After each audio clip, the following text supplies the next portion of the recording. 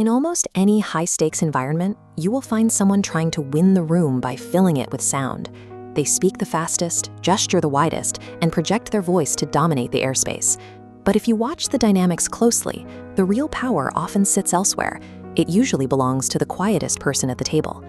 We are conditioned from a young age to equate constant talking with contributing. Society naturally rewards volume, leading to a false assumption that the extrovert driving the conversation automatically holds the authority. Psychology reveals the opposite is true. Loud dominance triggers subconscious resistance in witnesses. When someone pushes too hard verbally, the brain registers it not as strength, but as a leak of emotional control. True authority is rooted in presence, and presence is a measurable output built by mastering 3 distinct spheres: the physical, the auditory, and the neurological. By shifting your focus away from verbal dominance and optimizing these 3 layers of behavior, you can command a room without speaking a single word. The physical space dictates the baseline of interaction. Behavioral studies show that up to 55% of all human communication is governed by body language. Your posture carries significant more weight than the actual words you say. Gravitas manifests as an absolute economy of movement. Human beings under pressure instinctively fidget, shift their weight, or doodle to bleed nervous energy. Fighting the urge to fidget and maintaining deliberate stillness communicates absolute confidence to everyone watching. This split-screen bar chart illustrates the visual dominance ratio, comparing eye contact time while speaking versus listening. Subordinates make eye contact while listening, but look away when speaking. Dominant individuals maintain steady eye contact during both, forcing others to yield social power.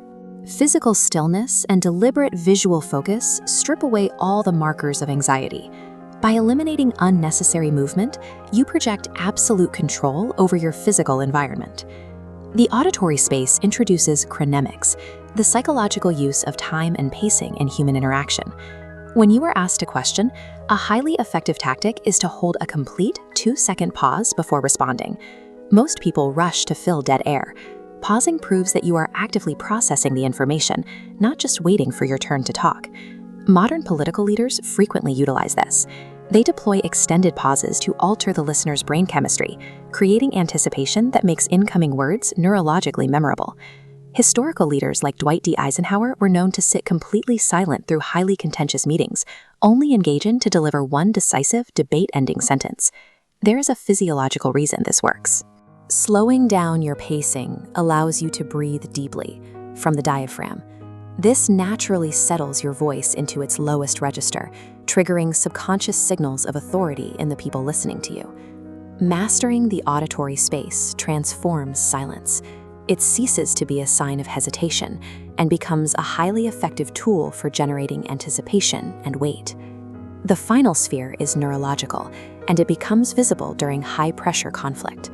Consider an interaction where an aggressor is shouting to establish dominance. Loud volume is a biological threat signal.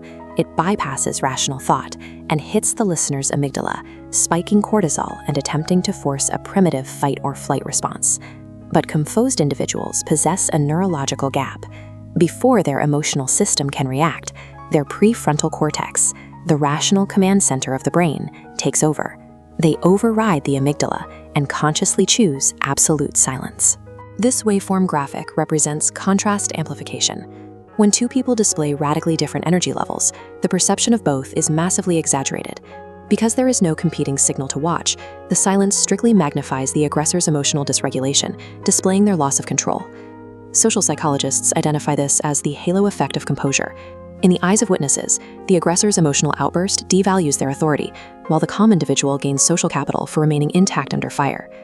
Volume does not dictate reality. Whoever maintains command over their own neurological response in a crisis inevitably dictates the social reality of the entire room. We need to redefine silence. It is frequently misinterpreted as social awkwardness, passivity, or a submissive retreat from the conversation. Emerging psychological perspectives classify the deliberate withholding of explanations as a primary marker of peak emotional maturity. It is a highly intelligent method of boundary setting that protects your inner stability. Influence stems from a deep security in one's own value, the kind of security that allows a social vacuum to remain unfilled. In your next high-pressure interaction, when someone challenges you and the instinct to aggressively defend your position flares up, resist it. Just stop. Breathe. Say nothing. When you stop fighting to fill the silence, the room naturally surrenders its power to your absolute calm.